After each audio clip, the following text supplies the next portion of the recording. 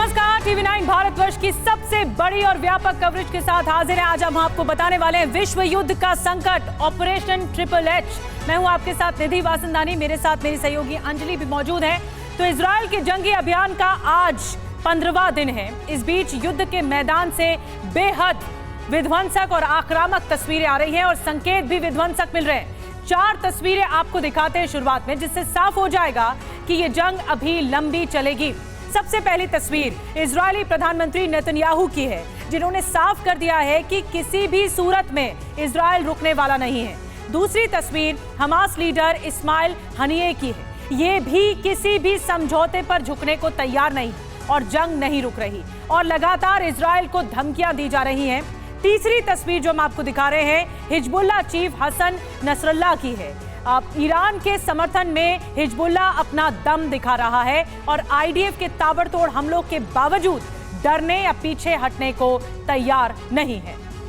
जी हाँ, सीधे इजरायल के अंदर रॉकेट और मिसाइलें दागी जा रही हैं। चौथी तस्वीर इस जंग के सबसे अहम किरदार ईरान के राष्ट्रपति इब्राहिम रईसी की है। ये भी आर पार के मूड में है और यूरोप से अमेरिका तक किसी को सुनने की तैयार नहीं है। कुल मिलाकर हालात इतने विध्वंसक हो चुके हैं कि पूरी दुनिया में हड़कंप मचा हुआ है। कई वैश्विक नेता मध्यस्थता की कोशिश कर रहे हैं, लेकिन युद्ध में जिस तरह की स्थिति बन गई है उसे संभाल पाना बेहद मुश्किल हो गया है। और सबसे पहले आपको जंग के 15वें दिन का लेटेस्ट अपडेट भी बता देते हैं। इजरायली डिफेंस फोर्स ने ये आंकड़े जारी किए हैं। आंकड़े आप गौर से देखिएगा, ग्राफिक्स के जरिए आपको हम दिखाएंगे। ये आंकड़े देखिए, जंग का 15वां दिन है और अब तक का अपडेट क्या कहता है, तकरीबन 6900 रॉकेट फायर किए गए हैं। बिल्कुल, और साथ ही आपको बता दें 450 रॉकेट अटैक फेल भी हुए हैं इस जंग में। 1400 लोगों की जान चली गई है, 4600 लोग घायल हुए हैं, 200 लोग बंधक बनाए गए, होस्टेज बनाए गए, 1000 हमास लड़ाके ढेर कर दिए गए और 12 प्लस हमास नेता भी मारे गए हैं। लेकिन हमास की धमकियां रुक नहीं रही हैं। जी हाँ, तो जंग का 15वें दिन का अपडेट ये कहता है, जो लेटेस्ट इंफॉर्मेशन हमने आपको दी है। और ब्रेकिंग न्यूज भी आपको बता दे, हिजबुल्लाह के हमले का एक नया वीडियो सामने आया है। इजरायली टैंक उड़ाने का वीडियो, ड्रोन से टैंक पर बॉम्ब गिराया गया। गुरुवार को हिजबुल्लाह ने उड़ाया था मरकावा टैंक। अब अल कस्साम ने जारी किया है इस पूरे हमले का वीडियो।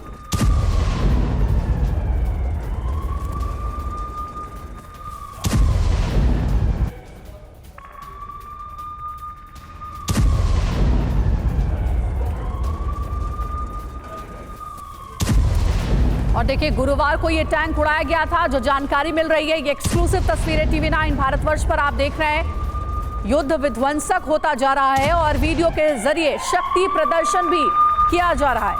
और एक और बड़ी खबर, लेबनान बॉर्डर पर इजरायली सैनिक मारा गया है। हिजबुल्लाह के हमले में सार्जेंट ओमर बलवा की मौत हो गई है।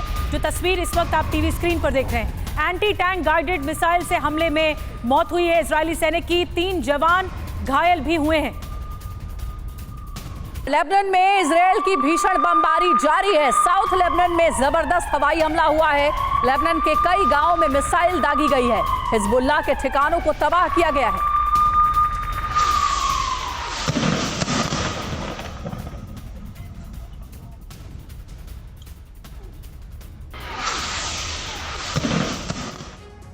और आपको लेबनान और इजराइल के बीच जंग तेज हो गई। अब बताते हैं बीते 24 घंटे में इजराइल लेबनान बॉर्डर पर क्या क्या हुआ है और इजराइल की क्या है बड़ी तैयारी, उस पर एक नजर डाल लेते हैं बिग वॉल के जरिए कि क्या इजराइल करना चाह रहा है। बीते 24 घंटे में लेबनान इजराइल के बीच हमले बहुत हुए हैं और आक्रामक हमले हुए हैं। जी हाँ, हिजबुल्लाह के हमले का इजरायली सेना ने जवाब भी दिया है और साथ ही इजरायली सेना ने लेबनान में भारी बमबारी की है। ये बड़ी अपडेट है। और दक्षिणी लेबनान में हिजबुल्लाह के कई ठिकाने तबाह किए गए हैं इजराइल की फोर्स की तरफ से। लेबनान की ओर से भी इजरायली सीमा में रॉकेट से हमला हुआ है, ये भी जानकारी मिल रही है। लेबनान से लगी सीमा के गांवों को इजराइल खाली करा रहा है। वहीं उत्तरी बॉर्डर को खाली कराने के बाद बड़े हमले की आशंका भी है। देखिए, हिजबुल्लाह ने इजरायल को बड़ी तबाही की धमकी भी दी है और ईरान से हिजबुल्लाह को सीरिया के रास्ते हथियारों की सप्लाई की जा रही है। बड़ी जानकारियां सामने आ रही हैं। एक और जानकारी है कि हिजबुल्लाह के पास इजरायली शहरों को निशाना बनाने वाले घातक हथियार भी दिए गए हैं। बिल्कुल, तो इसीलिए हिजबुल्लाह एक बहुत बड़ा थ्रेट है इस वक्त इजराइल के लिए। हमारे साथ तमाम खास मेहमानों का पैनल इस वक्त जुड़ रहा है। हमारे साथ major general retired SP Sinha ji जुड़ रहे हैं रक्षा विशेषज्ञ के तौर पर, ब्रिगेडियर रिटायर्ड शरदेंदु जी हमारे साथ जुड़ रहे हैं रक्षा विशेषज्ञ के तौर पर, नौसेना कमांडर रिटायर्ड अशोक बिजलवान जी हमारे साथ जुड़े हैं। सिन्हा साहब, सबसे पहले आपसे ही शुरुआत कर रही हूँ। देखिए, 3 मोर्चों पर इस वक्त जो तीसरा मोर्चा भी आ गया, हूती रिबेलियंस जो हैं वो भी सामने आ रहे हैं यमन से, लेकिन हिजबुल्लाह एक बहुत बड़ा थ्रेट है इस वक्त इजराइल के लिए। इससे कैसे निपटेगा इजराइल? देखिए, हिजबुल्लाह की स्ट्रेंथ कितनी है, ट्रुप स्ट्रेंथ या आतंकी स्ट्रेंथ 25,000 कहाँ? अच्छा है, हिजबुल्लाह एक आतंकी संगठन है, ये प्रोफेशनल आर्म फोर्सेस नहीं है, प्रोफेशनल सेना नहीं है। प्रोफेशनल सेना में या आतंकी संगठन में बहुत फ़र्क है, उनकी ट्रेनिंग में, एक्सपीरियंस में, मेथोडोलॉजी में, ऑपरेशनल प्लानिंग में। ये गोली तो चला सकते हैं, बट ऑपरेशनल प्लानिंग बड़ा स्किलफुल काम होता है, पहली बात। दूसरी बात मैं कहना चाहता हूँ, ये पहली बार नहीं है कि इजराइल के कई फ्रंट पर लड़ रहा है। 48 में क्या हुआ था, उसके बाद भी कब हुआ था, 67 में क्या हुआ था। तो इजराइल तो कई बार 4-5 बार लड़ चुका है और हर एक बार विजयी हुआ है। तो ये कोई नई बात नहीं है। और जब आदमी थ्रेट परसेप्शन करता है, कंटीजेंसी प्लानिंग करता है, तो आप ये मान के चलिए कि वो कई फ्रंट वॉर सिनेरियो के लिए कैटर करता है, उसके लिए अपने आप को इक्विप करता है, मैन पावर में, इक्विपमेंट में, फाइनेंशियल सपोर्ट में, डिप्लोमेटिक सपोर्ट में, और अमेरिका ऐसा देश सपोर्ट कर रहा है। तो इसमें बहुत ज़्यादा चिंता की बात नहीं। चिंता की बात मेरे लिए सिर्फ ये है कि मैंने सोचा था ये जंग 1.5 महीना में, 2 महीना में ख़त्म हो जाएगा, बट ये लंबा खींचेगा। लंबा इसलिए खींचेगा कि जो टनल की जो युद्ध है, जो टनल की जंग है, जब तक वो पूर्ण तरह से ख़त्म नहीं होगा, तब तक हमास पूर्ण रूप से ख़त्म नहीं होगा। और जब तक हमास पूर्ण रूप से ख़त्म नहीं होगा, यहाँ शांति नहीं आ सकती है, क्योंकि सब लोग एक्सट्रीम पोजीशन है। इजराइल बोलता है हमास की खात्मा पूरी तरह से, ईरान बोलता है कोई मतलब यील्ड नहीं करेंगे, हिजबुल्लाह वही कह रहा है। सब तो विपरीत दिशा में जा रहे हैं, तो शांति कैसे होगी? तो लंबा खींचेगा, तो लंबा खींचेगा ये युद्ध, जैसा कि आप आशंका जाहिर कर रहे हैं। लेकिन बड़ी बात अब ये कि जो नॉन स्टेट एक्टर है हिजबुल्लाह और हमास, उसके खात्मे के लिए इजराइल आगे बढ़ रहा है। एक और बड़ी खबर जल्दी से बता दें, गाजा पट्टी में हवाई हमले का वीडियो जारी हुआ है। आईडीएफ ने ये हमले का वीडियो जारी किया है। हमास के हेडक्वार्टर को निशाना बनाया गया। इस वीडियो में एंटी टैंक लॉन्चर, सैन्य उपकरण यहाँ पर तबाह किए गए हैं। तो जो ये अड्डा था हमास का, इस पर प्रहार किया है। आईडीएफ ने ये वीडियो जारी किया है।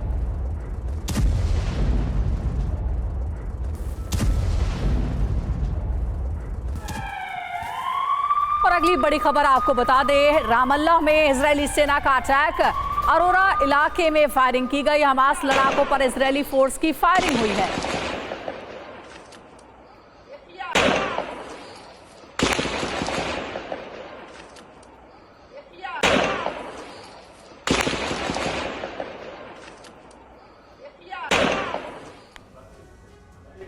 और इस बीच आपको बता दें कि इजरायली हमले में 54 फिलिस्तीनियों की मौत हो गई है। गाजा पट्टी में हमले में मारे गए 54 लोग।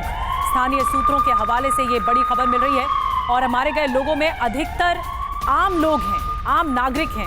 वहां पर जो रह रहे थे, जो स्थानीय लोग थे, वो मारे गए, हमास के लड़ाके नहीं हैं। तो ये सबसे बड़ी चुनौती है कि हमास के लड़ाकों को कैसे ढूंढकर उनका खात्मा होगा इजराइल की तरफ से। लेकिन जो जानकारी मिली है, 54 लोग मारे गए हैं गाजा पट्टी में, और स्थानीय सूत्रों के हवाले से ये खबर मिल रही है। अगली बड़ी खबर, हमास के खिलाफ इजराइल जंग को लेकर एक अपडेट मिल रही है। इजराइल हमास जंग के लंबा चलने की आशंका है। आईडीएफ ने जवानों के लिए ठंडे मौसम के कपड़े जारी किए हैं। तूफान में बचाव वाले कपड़ों की भी सप्लाई। आईडीएफ जवानों के लिए बड़ी मेडिकल तैयारी। आईडीएफ ने सेना की तैयारियों का वीडियो जारी किया है।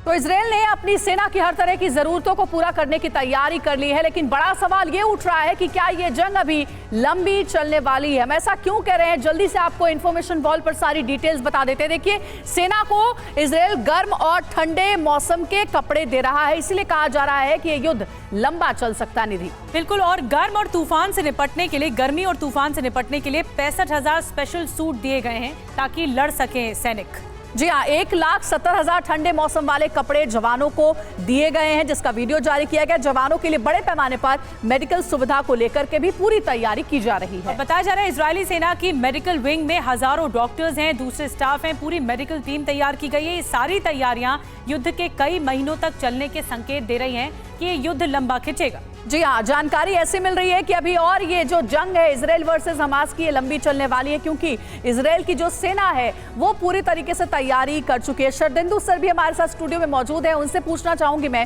शरदेंदु सर, इजराइल ने जो वीडियो जारी किया है, आर्मी की जो तैयारियां दिखाई गई हैं, जिसमें आप विंटर्स की तैयारियां चल रही है, इससे ये तो समझ में आने लगा है कि IDF को ये बात समझ में आ गई है कि हमास, हिजबुल्लाह, लेबनान, सीरिया जो चौतरफा उस पर हमले हो रहे हैं, उसके लिए उसे पूरी तरीके से अभी लंबा तैयार रहना होगा, इसलिए तैयारी पूरी चल रही है।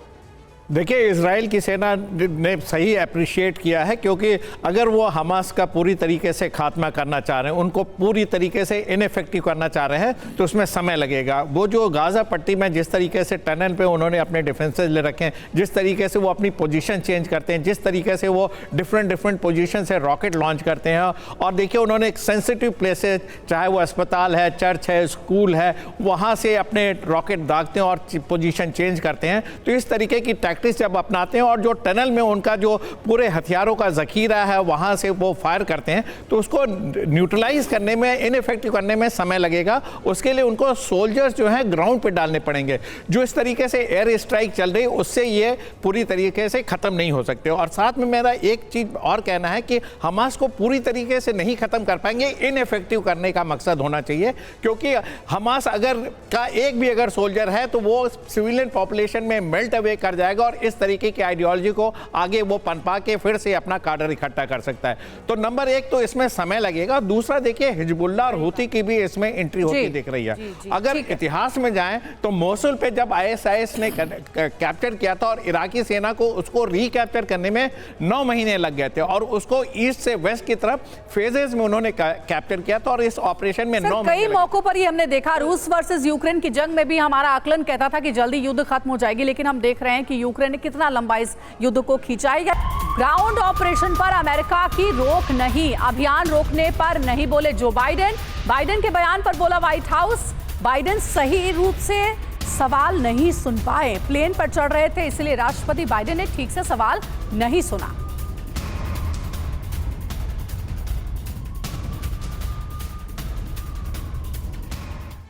और इजराइल का ग्राउंड ऑपरेशन नहीं रुकेगा। अब हम आपको और ज्यादा डिटेल में जानकारी दे रहे हैं। बाइडेन के बयान के बाद व्हाइट हाउस की सफाई सामने आई है। क्या कहना है? बाइडेन ने ऐसा नहीं कहा कि ग्राउंड ऑपरेशन रुकना चाहिए, ये सफाई के रूप में कहा जा रहा है। जल्दबाजी में बाइडेन सही रूप से सवाल को सुन नहीं पाए थे। जी हाँ, आगे जानकारी है कि बाइडेन को लगा कि बंधकों को छोड़ने पर सवाल पूछा गया। ये व्हाइट हाउस ने बयान के बाद जवाब दिया है। रिपोर्टर का सवाल था, क्या बंधकों को छोड़े जाने तक ये ऑपरेशन रुकना चाहिए?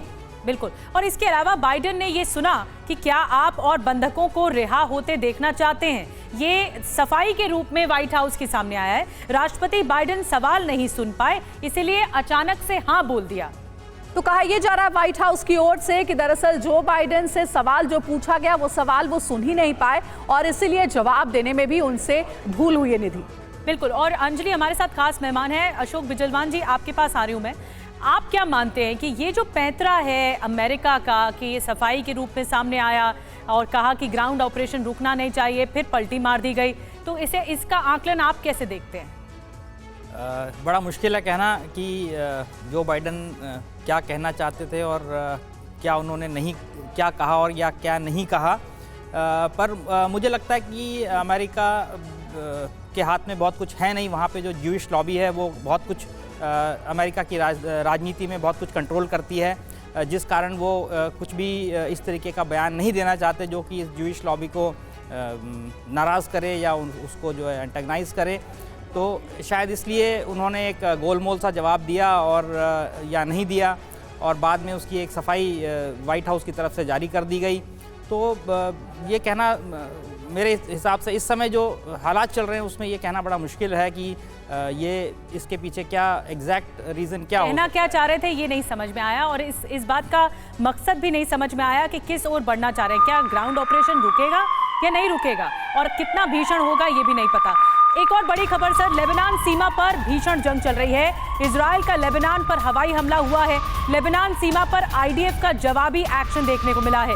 इजरायली सैनिकों का हिजबुल्लाह को बारूदी जवाब है। देखिए, ये लेबनान बॉर्डर से तस्वीरें हैं जहां पर IDF का एक्शन।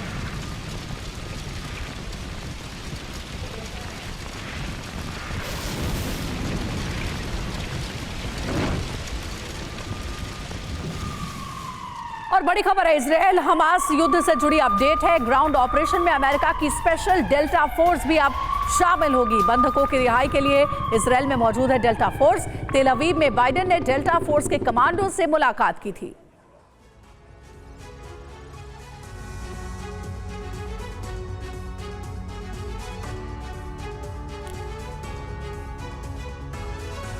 और आइए अब जानते हैं कि अमेरिका की डेल्टा फोर्स की खासियत क्या है। देखिए, अमेरिका की डेल्टा फोर्स, इसकी अहमियत, इसकी खासियत बताने जा रहे हैं। इसे किस तरह के ऑपरेशन की जिम्मेदारी दी जाती है डेल्टा फोर्स को। पूरा नाम first special forces operational detachment है, यानी डेल्टा फोर्स को कॉम्बैट एक्शन ग्रुप के नाम से भी जाना जाता है। जी आगे जानकारी ये है कि आतंक विरोधी अभियानों को अंजाम देना डेल्टा फोर्स का जो है वो प्रमुख काम है। ये देखिए, और साथ ही कहा यह जा रहा है कि बंधक संकट से निपटना डेल्टा फोर्स की बड़ी जिम्मेदारी होती है। बिल्कुल। और सीरिया में 2019 में आईएसआईएस सरगना बगदादी को मारा था इसी डेल्टा फोर्स ने। बड़े बड़े बंधक ऑपरेशन और मिशन को भी अंजाम दे चुकी है यही डेल्टा फोर्स अमेरिकी थल सेना के अधीन काम करती है। जी हाँ, 1977 को डेल्टा फोर्सेस को आधिकारिक मान्यता मिली और ईरान में अपने पहले बंधक ऑपरेशन में ये नाकाम साबित हुआ था। लेकिन क्या इजराइल में डेल्टा फोर्स कामयाबी के परचम लहरा पाएगा? हम इसके बारे में भी जरूर चर्चा करेंगे। लेकिन इस बीच एक बड़ी खबर आ रही है। हमास के कब्जे से बंधकों को छुड़ाने के लिए पर्दे के पीछे से हो रही है बातचीत को लेकर एक बड़ा खुलासा हुआ है। बंधकों की रिहाई के मामले में नया मोड़ आया है। इजराइल ने मांगी है रूस की मदद। बंधकों की रिहाई के लिए रूस कर रहा है बात। हमास के कब्जे में करीब 203 बंधक अभी भी हैं। और एक और बड़ी खबर, बंधकों को लेकर रूसी राजदूत का बयान। रूसी बंधकों की रिहाई पर हमास से बात। हमास की गिरफ्त में 7 रूसी नागरिक हैं। इजराइल में रूसी राजदूत का बड़ा बयान सामने आया। देखिए, जिस देश के बंधक हैं इस वक्त हमास के कब्जे में, वो देश एक्टिव हो चुका है और हमास की गिरफ्त में इस वक्त 7 रूसी नागरिक हैं। इसी को लेकर बड़ा बयान आया। और अगली बड़ी खबर, 2 अमेरिकी बंधकों की वापसी पर बोले नेतन्याहू। बंधकों को छुड़ाने की कोशिशें जारी है। अपने अभियान में कोई नरमी नहीं बरतेंगे। सभी बंधकों को वापस लाने की कोशिश होगी। तो जैसा हमने आपको बताया कि 203 से भी ज्यादा बंधक अभी भी हमास के कब्जे में हैं। तो इजराइल के पीएम नेतन्याहू कह रहे हैं कि बंधकों को छुड़ाने पर बातचीत होगी। 2 बंधकों की वापसी हुई है। नेतन्याहू की चेतावनी क्या, जल्दी से आपको हम बिग वॉल के जरिए सारी डिटेल्स देते हैं। ये देखिए, वो कहते हैं कि हमारे 2 बंधक अपने घर लौटे हैं और बंधकों को लेकर हम नरमी नहीं बरतेंगे। बिल्कुल। और साथ ही ये भी कहा गया कि एक बंधक को वापस लाया जाएगा। इजराइल ये भरोसा दिला रहा है, हम अपने कदम पीछे नहीं खींचेंगे। नेतन्याहू की चेतावनी के रूप में सामने आ रहा है। जीत तक ये जंग जारी रहेगी और इजराइल के दुश्मनों को मिटा देंगे। जी हाँ, 2 बंधकों की वापसी हुई। ये अमेरिकी नागरिक है और नेतन्याहू ने चेतावनी भी दी है साथ ही, और कहा है कि जब तक हम जीत नहीं जाते हैं तब तक ये जंग जारी रहेगी। सेना सर, बंधकों को छुड़ाने में क्या नेतन्याहू को कामयाबी मिलेगी? क्योंकि 203 से ज्यादा बंधक अभी भी हमास के कब्जे में हैं। रूस से मदद मांग रहा है इजराइल कि अगर रूस बातचीत कर ले हमास से तो वो बंधक छूट जाएंगे। जैसे अमेरिका के 2 नागरिक जो माँ बेटी हैं वो छूट गए। ये जो बंधकों POW का जो मामला है, बंधक का मामला है, उसके कई बिंदु हैं। पहला कि जो 200 की नफरी आप बता रहे हैं उसमें अमेरिका के भी बंधक हैं, रूस के भी बंधक हैं। तो इसको कैटेगरी में डालना पड़ेगा। कैटेगरी रशिया, कैटेगरी अमेरिका, बाकी किस देश के हैं। तो डिफरेंट कैटेगरी जो है, जो अमेरिका रूस अपने अपने बंधकों की बात कर रहा है कि हमारे देशवासियों को छोड़ दो। कोई पूरे 200 बंधकों को रिलीज करने की बात नहीं कर रहा है, पहली बात। दूसरी बात है, मेरी जो बैटल रीडिंग है कि कटार इसमें बहुत महत्वपूर्ण रोल अदा कर रहा है। वो मीडिएटर, बीच का दलाल का काम कर रहा है। वो इधर का भी गुटरगू करता है, उधर का भी गुटरगू करता है। दोनों तरफ से उसकी मैत्री है। इधर से पैसा लेना, उधर उसको खुश रखना, और वो बहुत इफेक्टिव मीडिएटर है। तो ये मीडिएशन कैसे कतार पूरी तरह से सफलतापूर्वक कर पाएगा जी, और टर्म्स कंडीशंस क्या होंगे हमास के? बिल्कुल सर, चुनौती यही है कि सबकी जिंदगी कीमती है, चाहे वो रूस के नागरिक हो या अमेरिका के नागरिक हो या फिर इजराइल के नागरिक क्यों ना हो। बंधकों को छुड़ाना बड़ी प्राथमिकता है। इजराइल लेबनान के बीच हालात और विध्वंसक हो गए हैं। सीधे हिजबुल्लाह से बात कर रहा है फ्रांस। देखिए, हालात ऐसे ज्यादा खराब हो जाएंगे ये नहीं पता था किसी को। सीधा फ्रांस ने हिजबुल्लाह से बात की है, जो एक नॉन स्टेट एक्टर है। लेबनान को लेकर मैक्रों का बयान आया है, जंग इजराइल से आगे न बढ़े इसकी कोशिश हो। और अब हम आपको बताने जा रहे हैं कि हिजबुल्लाह को समझा रहा है फ्रांस, तो कैसे समझाएगा, क्या कुछ बड़ी डिटेल सामने आई है। हमने हिजबुल्लाह से सीधी बात की है, ये इमैनुअल मैक्रो कह रहे हैं, फ्रांस के राष्ट्रपति अपने राजदूत के जरिए संदेश भेजें। जी हाँ, पूरे इलाके में हालात बेहद चिंताजनक है। मैक्रो ने यह भी बयान दिया है, इलाके में तनाव को लेकर के हम अलर्ट है, ये बयान जारी किया गया है। बिल्कुल, लेबनान सीमा पर सुरक्षा को लेकर अनिश्चितता है, ये भी कहा गया मैक्रो की तरफ से। ब्रिगेडियर शरदेंदु, मैं आपके पास आ रही हूँ। सिन्हा सर, आऊंगी मैं आपके पास। एक जल्दी छोटा सा कमेंट ब्रिगेडियर शरदेंदु आपसे। ये जो हिजबुल्लाह है, नॉन स्टेट एक्टर, इसको लेकर हम पहले भी बात कर रहे थे कि किस तरह से इसकी धमकी, इसका थ्रेट सामने आ रहा है, लेकिन अब जो बाकी मुल्क हैं वो इंटरफेयर कर रहे हैं या हस्तक्षेप कर रहे हैं खुद बात करके कि आप मत करिए हमले। जी हाँ, बिल्कुल सही। आप देखिए, हमास का जो एरिया ऑफ ऑपरेशन है गाजा पट्टी, और जो पूरी तरीके से सीज है, लेकिन हिजबुल्लाह जो लेबनान से ऑपरेट कर रहा है, वहाँ पे उसके 25 से 23 हज़ार लड़ाके हैं, उसके सारे रूट ऑफ सप्लाई खुले हुए हैं। एक तरफ सीरिया है, दूसरी तरफ जॉर्डन है, और उसके पीछे इराक है। उसकी जो रसद की है और उसके जो हथियारों का जखीरा जो उसको मिलना है ईरान से, वो उसके रास्ते खुले हैं। इसलिए हिजबुल्लाह यहाँ पे इंपॉर्टेंस गेन कर रहा है। उसने नॉर्दर्न फ्रंट को एक्टिव किया है। फ्रांस इसलिए हिजबुल्लाह से बात कर रहा है कि आप फर्दर इसको एस्केलेट ना करें, नहीं तो युद्ध एक नेक्स्ट लेवल पे जाता हुआ दिख रहा है। इसलिए आज की डेट में हिजबुल्लाह एक अहम भूमिका अदा कर रहा है। अगर वो इस युद्ध में नहीं पड़ता है तो सूनर और लेटर हमास का जो फाइटिंग कैपेबिलिटी है वो खत्म हो जाएगा। और देखिए, हमास ने इसके इंडिकेशन भी देने शुरू कर दिए हैं। उसने देखिए अपने बंधक छोड़े अमेरिका के। उसके पहले उसने बोला कि इजराइल अगर एयर स्ट्राइक बंद कर देता है तो हम पीस टॉक के लिए तैयार हैं, हम बंधकों को छोड़ने के तैयार हैं। एक तरफ देखिए आपके ह्यूमैनिटेरियन एड जो राफा